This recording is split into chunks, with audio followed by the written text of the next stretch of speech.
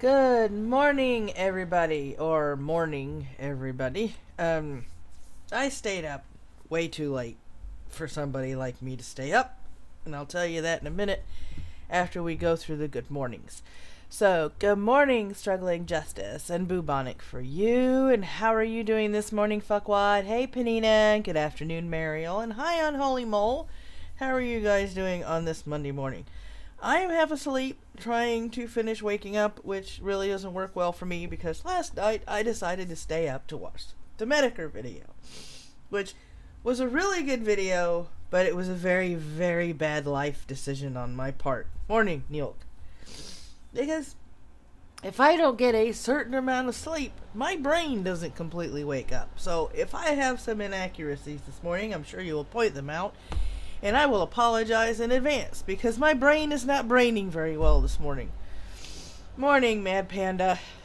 Let's see here. So we have that going on. A lot of stuff happened over the weekend.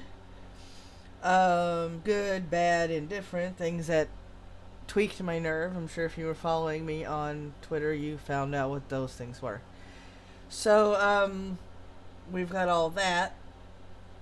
I do have commissions that I have to finish working on the next couple of days, so tonight's coffee talk is going to be postponed. We are going to have one on Wednesday, though, so that one's coming, so keep your eyes out for the topic for that, for Wednesday night's coffee talk. Yeah, I know I'm tired. Yeah, very funny, Panda, very funny. Morning, Hellbound. So, let's see what we've got over here today. This morning, I did find some interesting tweets, so we're going to go over those.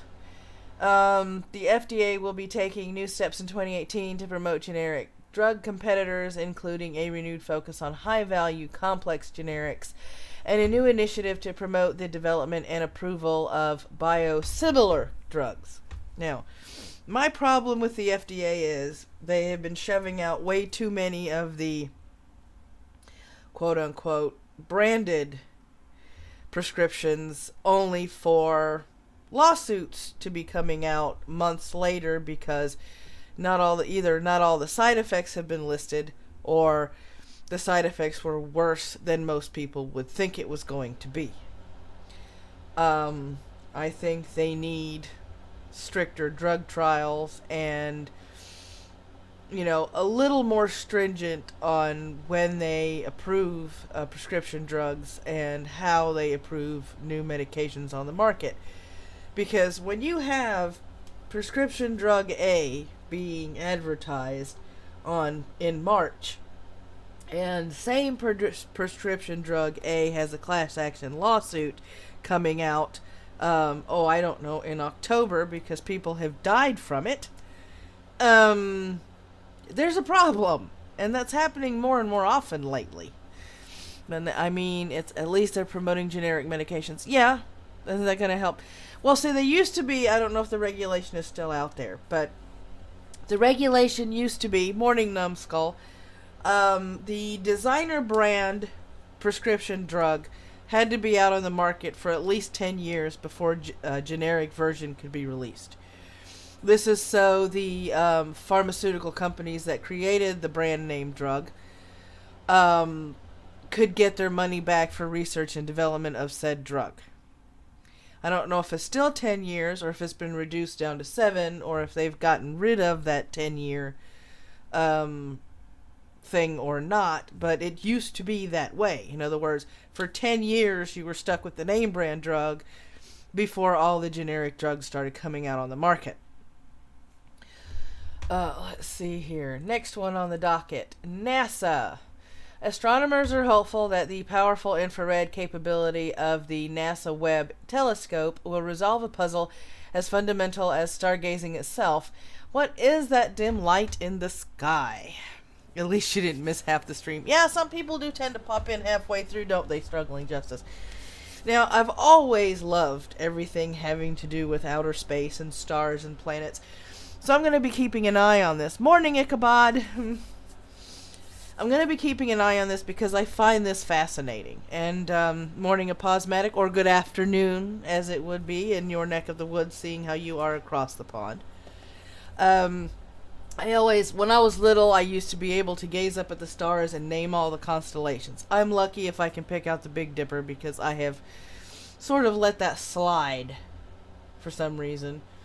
And I would really like to get back to it, but not where we're at currently because the neighborhood sucks. So I'm going to keep my eye on that particular tidbit for the NASA. When will we have our own colonies on other planets? It depends on the technology developed, and the planets that we go to. Because even if we develop the technology that allows us to live in biodomes in certain planets, the planets still have to be somewhat conducive to support life. Otherwise, it's going to be a lost cause. Morning, Stargazer. It's alright. I'm still going through the tweets of the morning. U.S. Department of Defense continues in Puerto Rico, and contractors straighten a pole in one of the cities. Most poles in the area were broken or toppled during Hurricane Maria. So the rebuilding and the repairs are still going. Neil, Venus is actually a good candidate for a flying colony. Ooh, that sounds interesting. Phil Ron Hubbard says it's gotta be true. Ichabod, it would depend on how long it takes for terraforming to take place. At the moment, the atmosphere of other planets can't really support life. Exactly. So there's still a lot to consider there. Of course, then, if we get on those other planets, how are we going to prevent screwing up those planets like we have screwed up this one? Because whether you believe in global warming or not, we've really done a number on this planet. In my opinion, anyway. Alright, so, last but not least, let me see. Dire Wolf, today is the anniversary of the Charlie Hebdo event, where everybody all over social media went Je suis Charlie, where the person got into big trouble for drawing artwork about Muhammad, because apparently that is a big no-no in Islam. And even though we can make fun of everybody else's religions, apparently they don't want us making fun of theirs. I just have one thing to say to radical Islamists. You can shove it up your ass. I'm going to make fun of whatever I want, however I want to do it, and in whichever way it deems me the most funny, in my opinion, because funny is subjective. So if I want to draw Muhammad with a clown face and a corncob stuck up his ass, if I had those art skills, I would do so. And you can go fuck yourself. And those are the tweets of the morning. So we've got those tweets. You can tell I'm half asleep because, boy, I really don't care. Let's go ahead on with the news, shall we?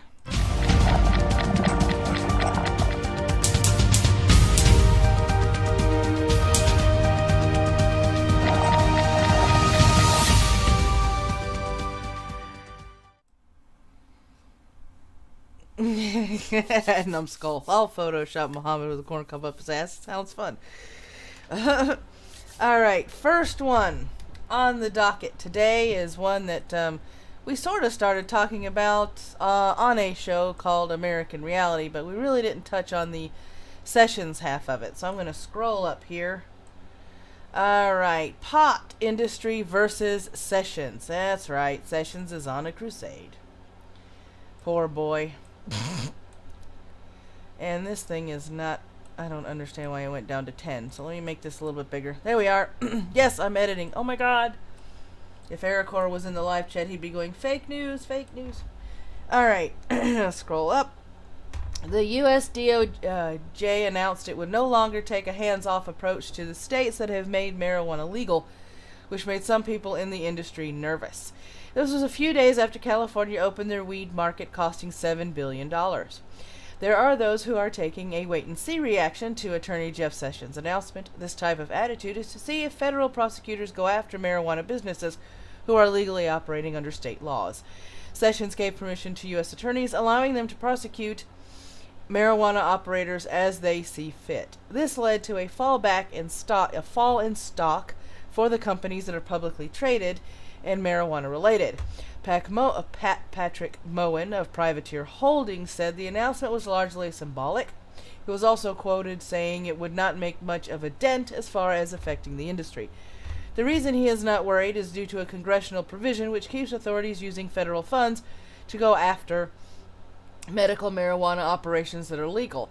The director of the Oregon Cannabis Business Council believes the law which makes medical marijuana immune to prosecution protects the herb when it's used for recreational purposes to an extent.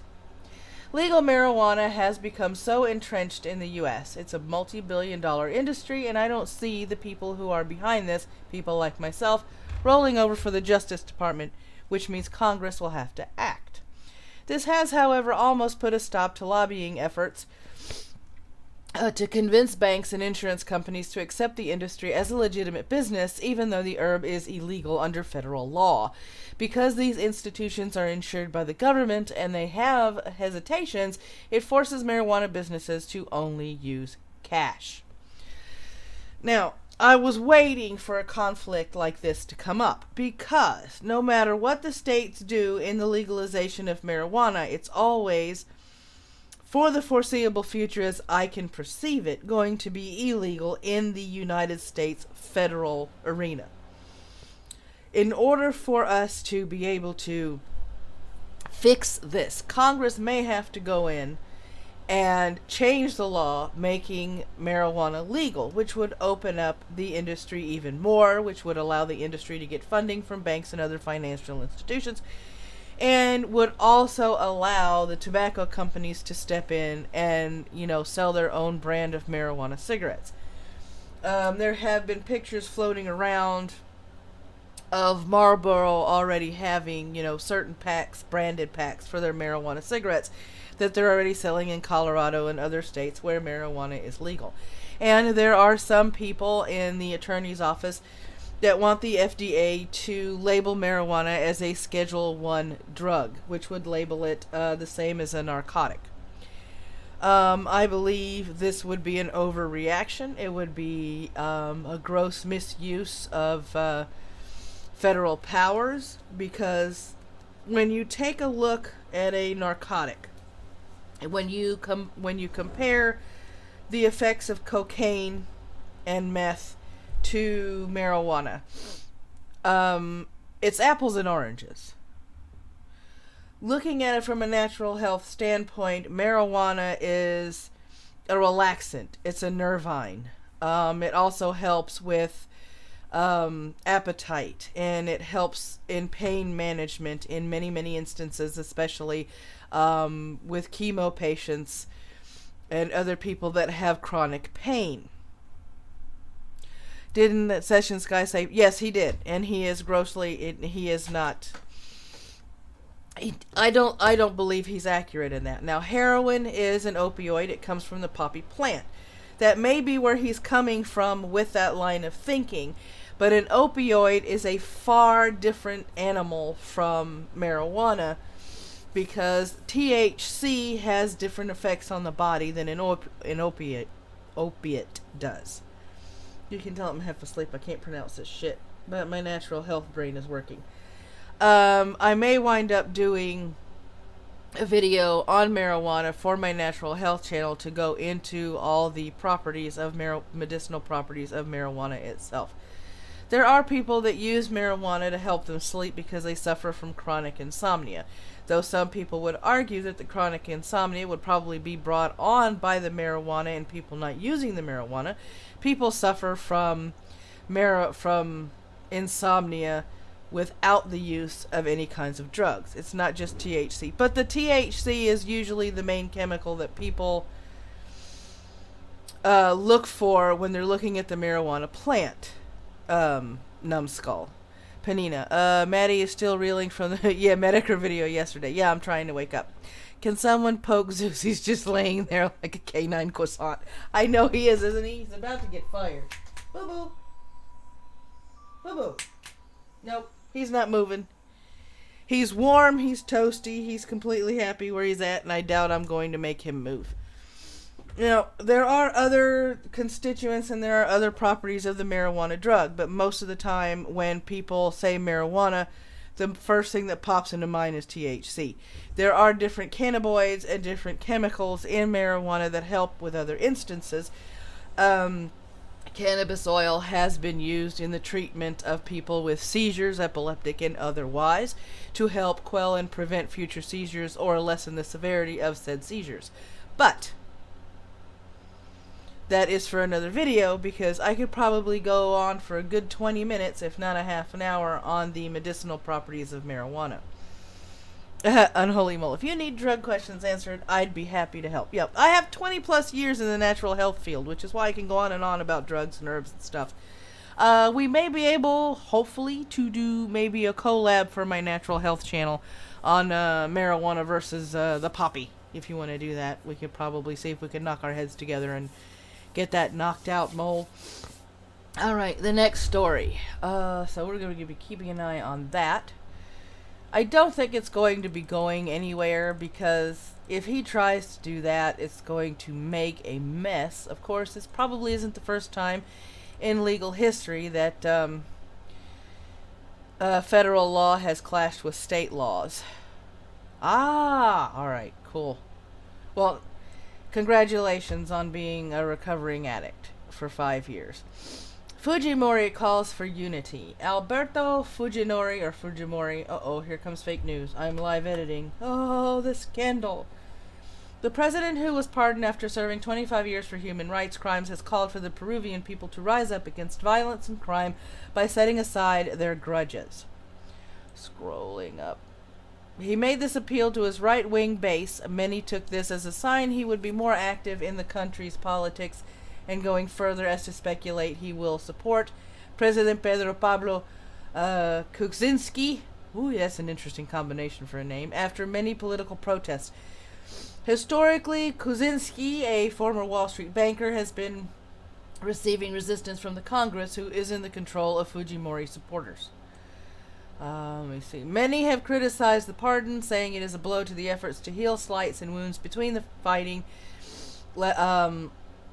between leftist insurgents, which I couldn't even spell when I was awake on Sunday, and Fujimori's government, which was in power from 1999 to 2000, and was responsible for approximately 69,000 deaths. Here we go. There's some more fake news. Editing again. Others say he is an advocate for the poor and was wrongfully punished for his handling of the rebels. Heavy-handed. I really don't have 2 cents to add here. State lawsuits, state rights. Yeah. I mean, I think, when was the last time? Oh, yeah. The state trying to sue the federal government for making them take in illegal immigrants. You know, there's always going to be clashes between state and federal laws. Let me see here. No, it can't be. So let me see here. Hellbound, his words. We don't see people solely based on race either. The one difference is that you don't care what these different groups of people are bred out of. Oh, you're talking about the Andy thing. Okay. So that's what we're going there. So I'm going to be keeping an eye on Peru to see how that particularly develops. So he was pardoned. It may or may not be, a good move on their part. But if he does unite the Peruvian people, it will be a positive. Alright. Mexico shooting claims 11 lives. A gunfight in Acapulco resort, which included small town residents and a self-appointed community police force, has left 11 dead. La Concepcion, a farming community, was ground zero for the gunfight after the police detained a young man for the charge of disorderly conduct while festivities were ongoing. 8 of the residents were killed in the crossfire. So that happened over the weekend. Because reasons. There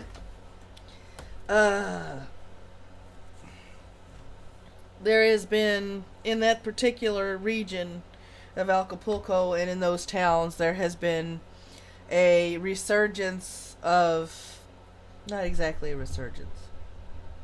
I'll use that word, I can't think of a better one.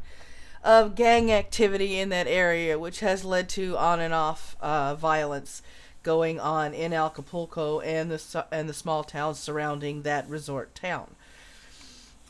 So keeping an eye on that is probably not going to be a priority, but if anything else pops up, I will let you guys know.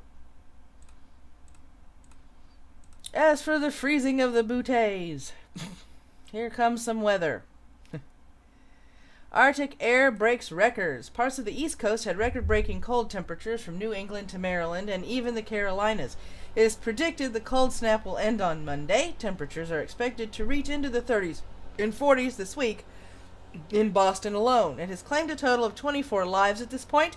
Some places in Massachusetts highs were recorded at minus 9 degrees Fahrenheit. Now, 9 degrees Fahrenheit. Oh, morning, Triax. How are you doing this morning? 9 degrees. Negative 9 degrees Fahrenheit may not be all that big a deal for people in, let's say, Minnesota. But apparently it is over in Boston. I have a friend that lives over in Boston that absolutely hates the cold weather, mainly because he has arthritis and he can't stand the cold weather on his joints. And I completely sympathize with him on that one. Let me see. Good morning, MC. How are you? Yep, you're kind of late, but it's okay. Alright, so before we move on to the morning stuff, let me go ahead and see what's going on in the NPR.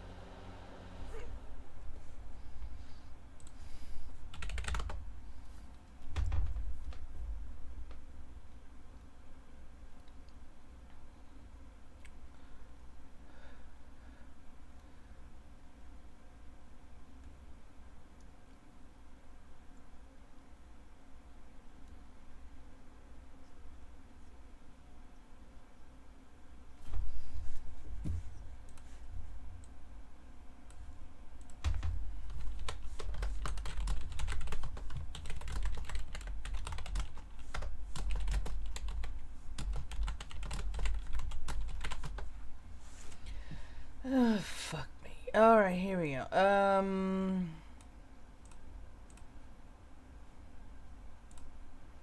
Alright, let me know if you can hear it now.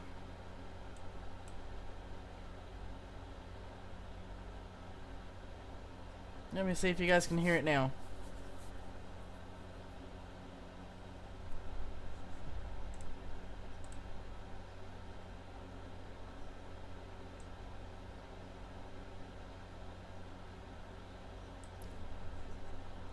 Morning, Wolfie.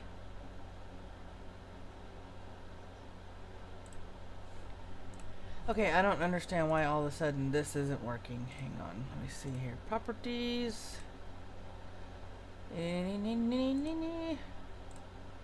We hear you, but not the NPR. Yeah, we can hear you. Okay, microphone. Back to microphone. Let's see, properties. Oh well, so much for the NPR. It worked one time, now it's not working anymore. Because I guess it's decided that it's going to frustrate the living snot out of me this morning. For some reason. Oh, wait a minute. I know what it is. Ah ha ha. And here we go. Let me see if that does it. Because, you know, bloopers. Wouldn't be my show without bloopers. Alright, take 436. Morning, Gunny. Live from NPR News in Washington, I'm Corva Coleman. The Trump administration is supposed to decide by today whether to extend protections for nearly 200,000 people from El Salvador. They've been shielded in the U.S. under a temporary status program, letting people stay when their countries are hit by natural disasters or strife. Salvadorans came after a series of earthquakes struck their country in 2001. NPR's Carrie Kahn says 200,000 Salvadorans returning home could create difficulty for that country. What is most concerning right now is how they would absorb that many returnees. And also in El Salvador, you got to remember that these immigrants are sending money back home. And at this time now, remittances are at an all-time high. Those are dollars coming back home from relatives abroad. And that accounts for nearly a fifth of El Salvador's GDP. NPR's Carrie Kahn. The Trump administration ended similar protections for Haitians and Nicaraguans last year. It's the second day of talks in Berlin on whether Angela Merkel's conservatives and their center-left rivals should form a new German government. NPR's Soraya Sarhadi-Nelson reports if the talks fail, that could mean the end of the German chancellor's political career. The negotiators say the talks are going well so far, and Merkel told reporters she's optimistic they will succeed. But key hurdles to an agreement remain, including on today's topic, which is whether Germany should back more integration politically and economically of the European Union. Another hurdle is whether Germany should spend more on defense and NATO. That's something the Trump administration wants, but Germany's center-left Social Democrats are balking at. Another topic the sides don't agree on is Germany's refugee policy, which Merkel's conservatives are demanding be tightened. A decision on whether the sides will form a new government is expected as early as Thursday. Soraya Sarhadi-Nelson, NPR News, Berlin. Fire officials in New York City say a rooftop fire has broken out at Trump Tower. 2 people have been injured, one Morning, Jay Willie. critically. The fire has been brought under control. The president was in Washington, D.C., not at Trump Tower. The Hollywood Foreign Press Association's Golden Globe Awards were handed out Sunday night in Los Angeles. As NPR's Glenn Weldon reports, the awards, airing on NBC, held few surprises. HBO's Big Little Lies, about a group of women in a wealthy Northern California community, dominated the television category. It won 4 of its 6 nominations. Star Nicole Kidman took home Best Actress in a Limited Series. Fellow cast members Laura Dern and Alexander Skarsgård won 4 supporting roles, and the show itself won Best Limited Series. Elizabeth Moss won Best Actress in a Drama Series for her role in Hulu's The Handmaid's Tale, based on the Margaret Atwood novel. When accepting the award, she took the opportunity to underscore the evening's theme of advocacy for women. We no longer live in the gaps between the stories.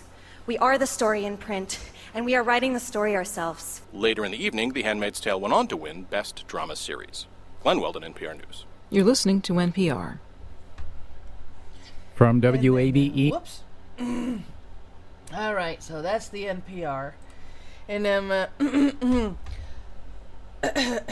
an appearance of ones in the chat if you are not the least bit surprised about the feminist shit in the Golden Globes. Because I sure the hell am not surprised. Because that's going to be going on for a while. Because somehow we're oppressed.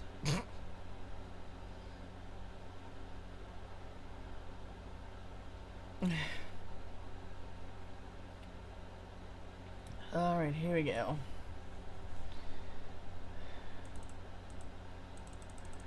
Yeah. Bip, bip. Nope, that ain't it. Oh, fuck. Where's my oyster story? I cannot find my oyster story. I must not have done the pics.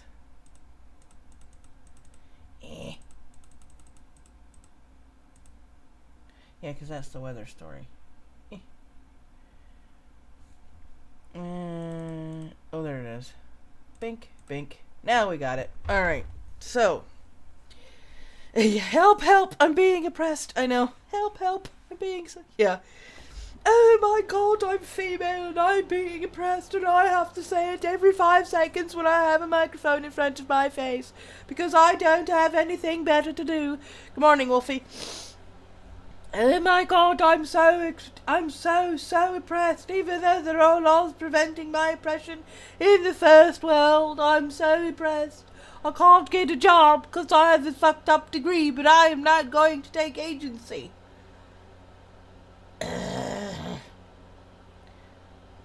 Alright, here we go. Florida and Georgia go to the Supreme Court. Oysters are at the crux of this fight that's been going on since 2013, when Georgia was experiencing a drought which had up to 3 feet of Lake Lanier's banks exposed, a drought the state has been experiencing since 2007.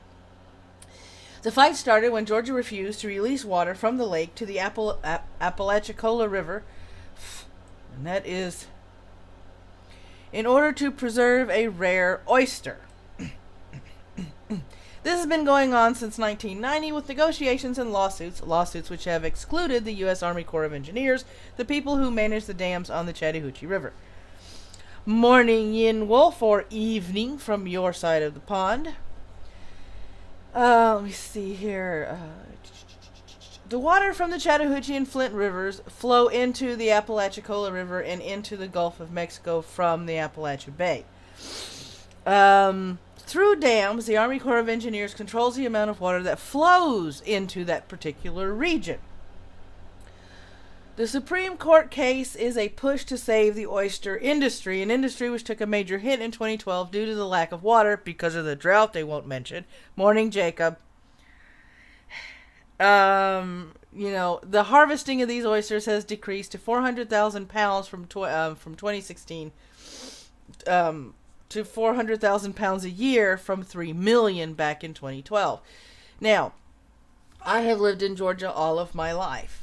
2007 was the beginning of the drought. By the time 2012 came around, we were not only doing odd, even watering, we were told that we couldn't even water in the daytime anymore, that we had to water our stuff at night, alternating over, and it got to the point where they told us we couldn't even water our lawns, period. That the only water that we could use was water for bathing, water for washing, and water for watering crops, like, food crops and things of that nature. That's how bad the drought got here in Georgia. There were pictures of Lake Lanier in Georgia, which is a famous lake in Georgia that they have a water park at, where you literally saw 3 to 4 feet of naked bank because that's how much the water had evaporated from the lake because we weren't getting enough rain to sustain the lake levels. Now, during all of this, Florida was whining about the fact that we weren't releasing water to that particular region and that the oysters were going to die. Now, this is, when I was watching these particular news stories and stuff, my whole idea and my whole opinion was, so we can die of thirst, but as long as the oysters are okay, it's fine. Problem solved. Yeah, I know, right? Sometimes I don't get environmentalists. Now, I know if you remove a particular animal or entity from the environment completely, there could be ramifications. But then again, when there's a major drought and you barely have enough water, yeah, I know. They were rare, I believe, back in 1990, in the early 90s, late 80s, early 90s. And then people would harvest them because they were a delicacy, because they were freshwater oysters. They weren't saltwater oysters. So, but people would harvest them and stuff, and it got to the point where they were endangered. And I think at this particular time that they were fighting over the water, there were 10 oysters left. I could be misremembering that, but right, save the damn oysters. Yeah, I remember one stand-up comedian going, so we're fighting over water to keep 10 oysters alive. Somebody needs to eat the oysters. I'm all for that. I kind of like oysters. But yeah, that's the ridiculousness. Alright, see you later, Posmatic. Okay, let's see here. So now we go to China. The explosion off of China's coast could happen. After a collision with a freighter off China's east coast, an oil tanker caught fire and is at risk of sinking. Because of the fire, the tanker is at a high risk of exploding. As of this report, the Chinese state media is saying that authorities from 3 separate countries are having problems finding 32 missing crew members and trying to contain the oil spill. Let me see over here. Make sure you can see the rest of it. China, South Korea, and the United States deployed ships and planes to aid in locating the crew of the Sanchi. Crystal, the freighter involved in the accident, had 21 crew members who were all located. All the crew members are Chinese nationals. The cause of the wreck has not been determined. So, morning, Ren. How are you? So they're still looking into the cause of the freighter and tanker wreck over there off China's east coast.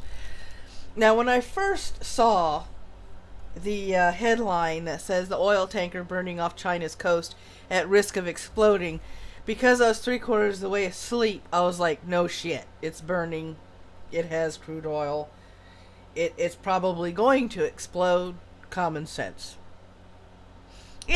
I could be a little more awake. That's the last time I stay up to watch a Medicare video. I'll just watch it the next morning. Us evil Gunny. Isn't Florida about to disappear from the sea rising climate? Yeah. That would be something to see, huh?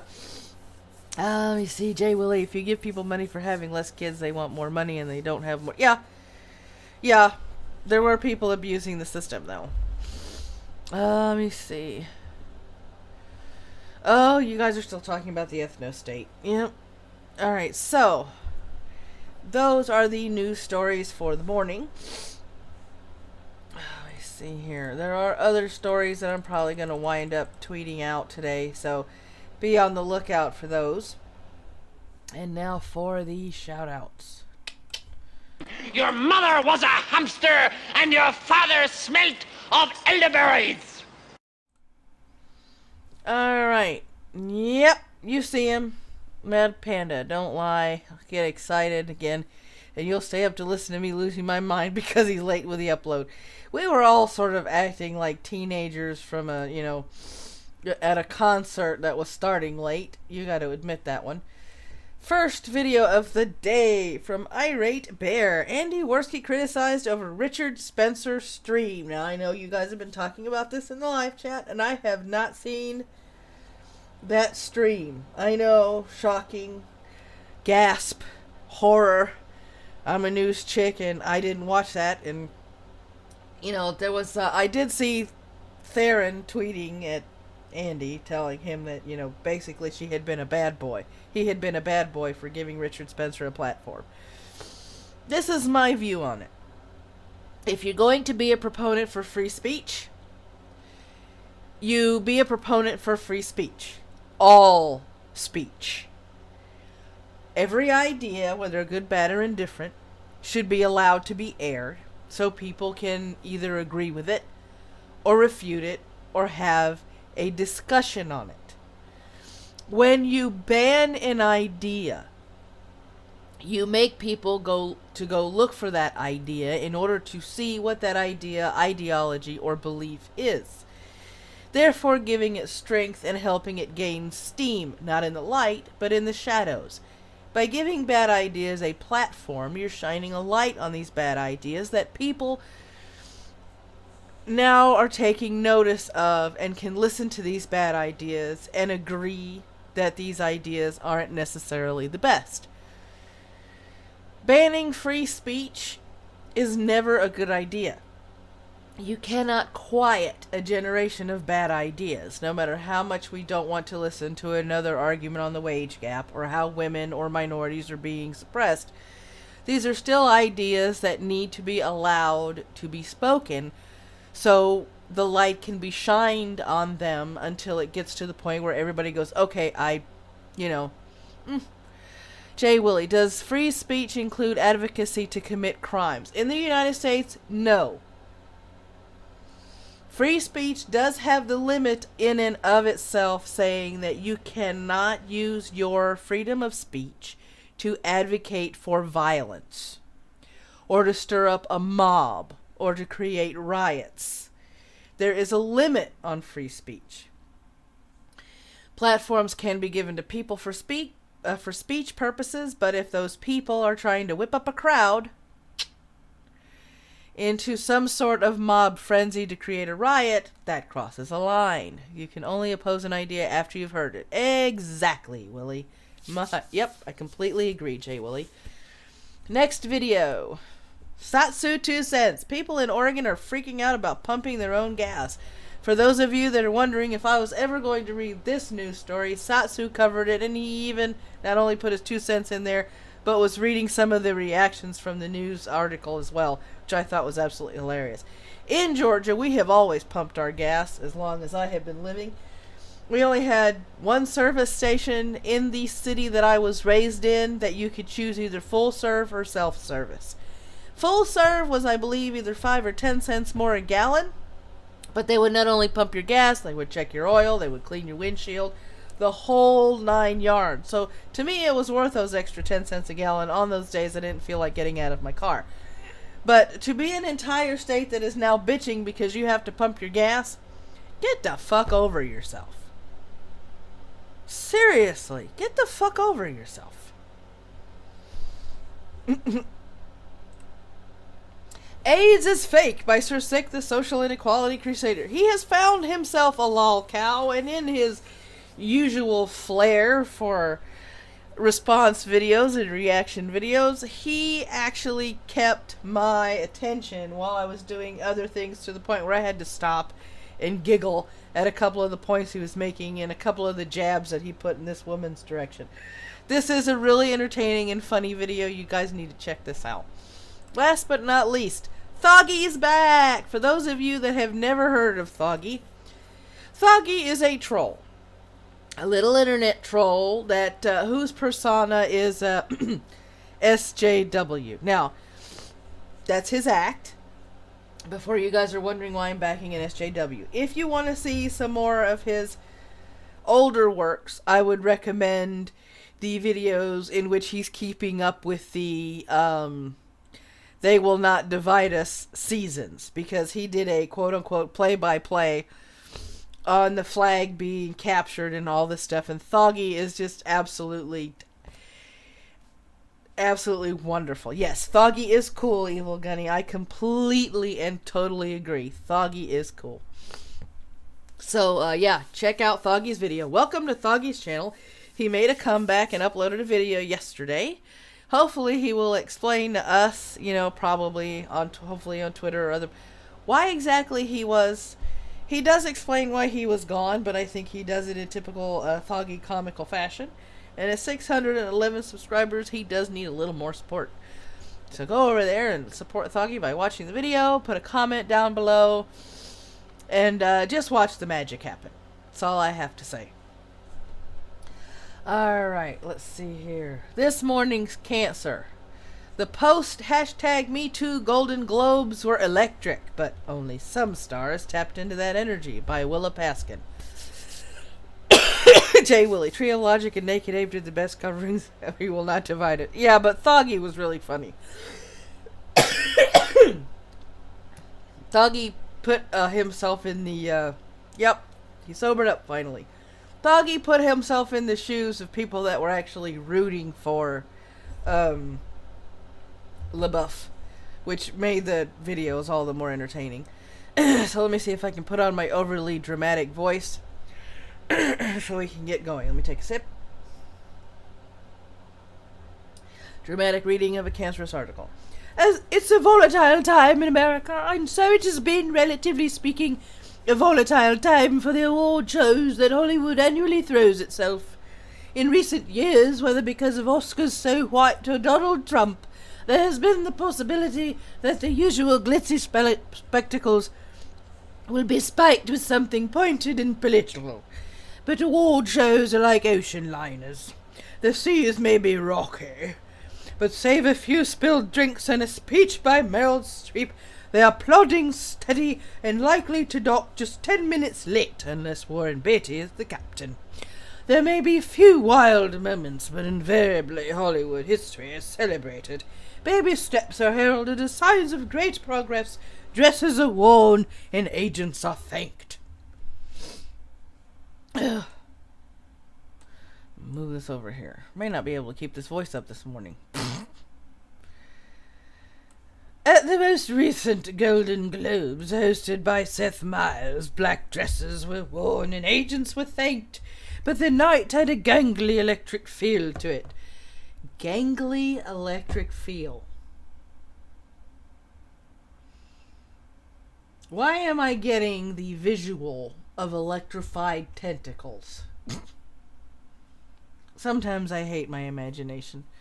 The harassment and assault cases that have roiled the industry since Harvey Weinstein news broke inspired a group of powerful women to create Time's Up, an initiative to create a real change and parity in Hollywood.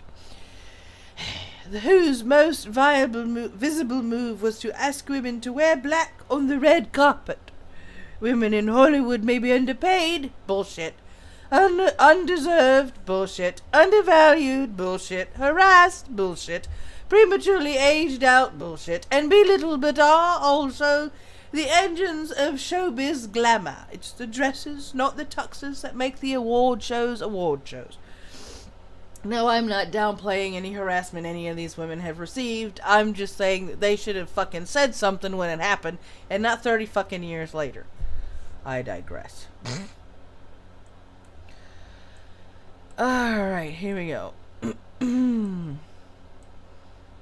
The men wore black too, often with a Time's Up pin and an even more ubiquitous accessory.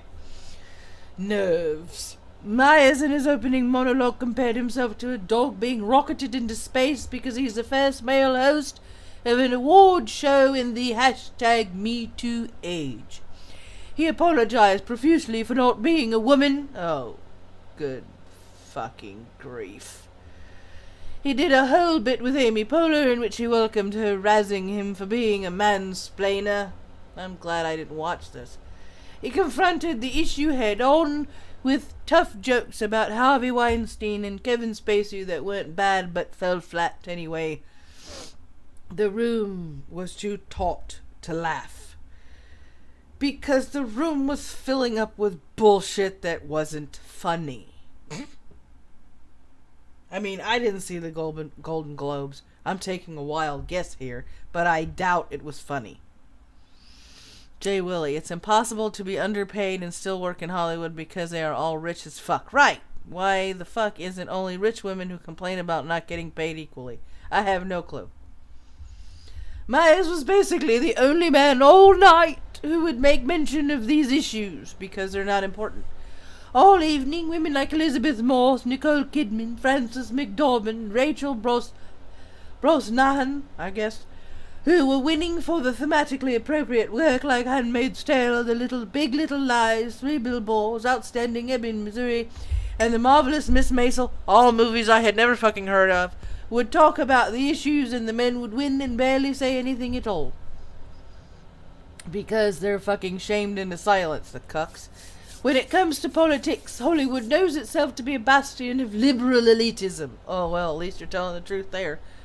Most award shows begin with self-deprecating jokes to this effect, but the entertainment industry is marginally uncomfortable with this perception, aware that it is used as a cudgel against it. It may turn off some paying customers. You probably turned off a lot of them last night. All of them flipped to go watch the Medicare video.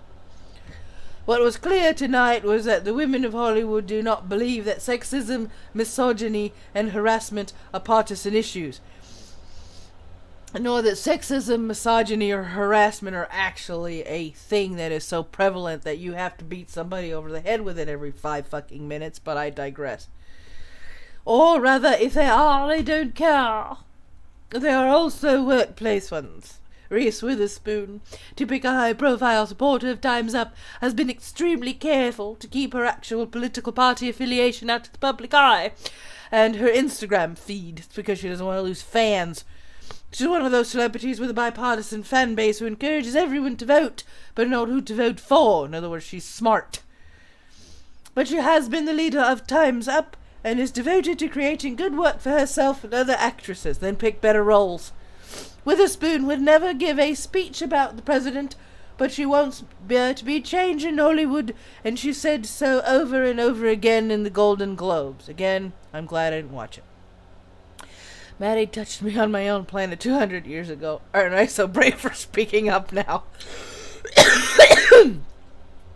Jay Willie, rich bitches, complain. Morning, ghost dog. I'm sorry for the coughing. It's just that time of year in this house. Rich bitches complain about first world problems equals the entire political platform of all left-wing political parties. Exactly, Jay Willie. Exactly. Just as the momentum of the night was starting to ebb, like it ever had momentum, Oprah arrived to receive a Lifetime Achievement Award. Look at me, I have a lot of money, a couple of channels, and a show. And to give a rousing oratory that crescendoed in the words, "Their time is up," as if it seemed impossible to follow this moment, Natalie Portman did by sliding the phrase "all male" into her introduction of the nominees for Best Director. If women don't want to fucking direct, they're not going to goddamn direct. If they're directing and it's not all that great, then apparently they're not going to be nominated for an award. Why is this hard for people to fucking understand? The night felt like it was leading up to Oprah, but it was Portman who explained the mood. Yeah, groaning, moaning, cringing, and people that need sex and probably a joint to get over the bullshit that is bullshit and not actually an issue.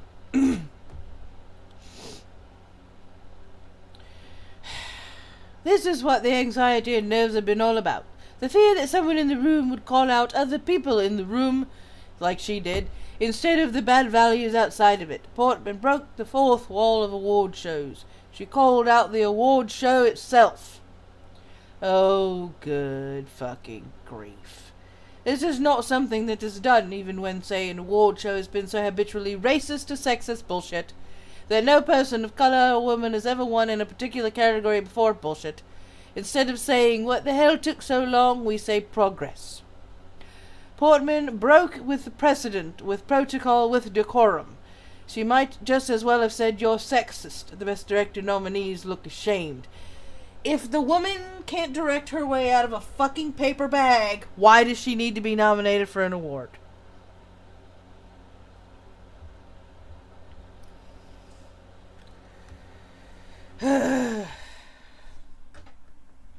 I'm gonna stop reading this. I'm getting a little upset.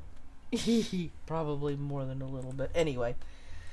Alright. I'm gonna come down here where I am going to turn off this and I am going to turn on the live stream announcements. I am going to read them real quick and then I'm going to chat with the chat like I usually do. 8:30 a.m. Join Rhetorical Entertainment, our own Arthur from our Discord, for Rhetorical Sunrise, where he has the first cup of coffee of the morning with you. Followed at 9 a.m. Eastern Standard Time with The Great Debate, hosted by Numbskull on his channel, which is debating in a game show format, which is really entertaining and very cool to watch and listen to. At 11, right, which is right now, unless he's still playing music, Tonkasa is hosting the Kumite. 6 p.m. Eastern Standard Time, Irate Bear is letting a ghost poo on his channel. Grab a beer at 8 p.m. Eastern Standard Time with Jason and meet him at his pub. At 9, Some Dumb American is hosting the Lords of the Night with Ranting Monkey and Scribe. And finally, after that is over, Minions of the Zoo has their night stream, which usually starts around 10:30 p.m. Eastern Standard Time. So those are the live stream announcements. Still on it. That's what I figured. He plays music for a long time to get people in there. So, let me see here. Ethno-states are a good idea, but sort of utopian. Yes, I have to agree with that one, Jay Willie. To me, it's a lot better to experience different cultures, different races, and different ways of life. You can not only learn from one another, you can get a different perspective depending on the situation that you happen to be in. America is a melting pot. 500 people in there already. Wow. I don't think I'm going to join it this morning.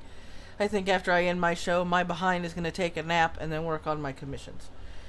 He's probably going to be talking about the Medicare video anyway.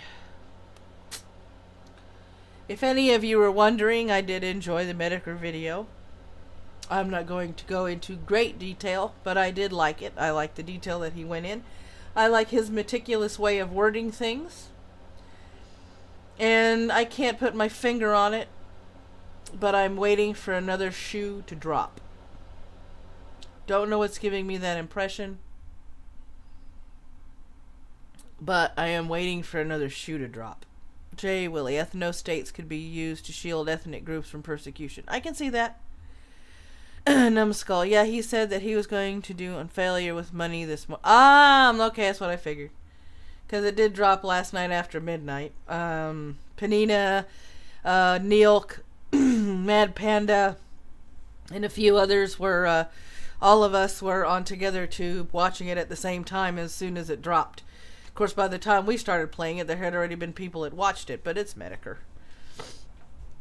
All you have to do is get a whisper in the wind and everybody's looking for the next Medicare video. I think a lot of people tuned out of what was going on just to tune up and watch the video. Okay, Hellbound, the problem with the alt-right, and I'm going to say this, the problem with the alt-right is if you do not have, in a logical, detached, and compartmentalized way of thinking, all your T's crossed and all your I's dotted, they will call you out for any little technical mistake. if you try to rebut any of their arguments.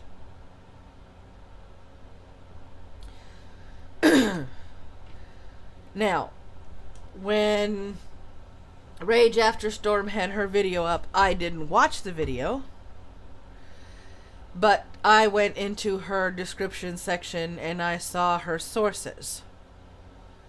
I didn't quite agree with the fact that she picked sources that weren't peer-reviewed. As a matter of fact, they were all skewed to back up her arguments.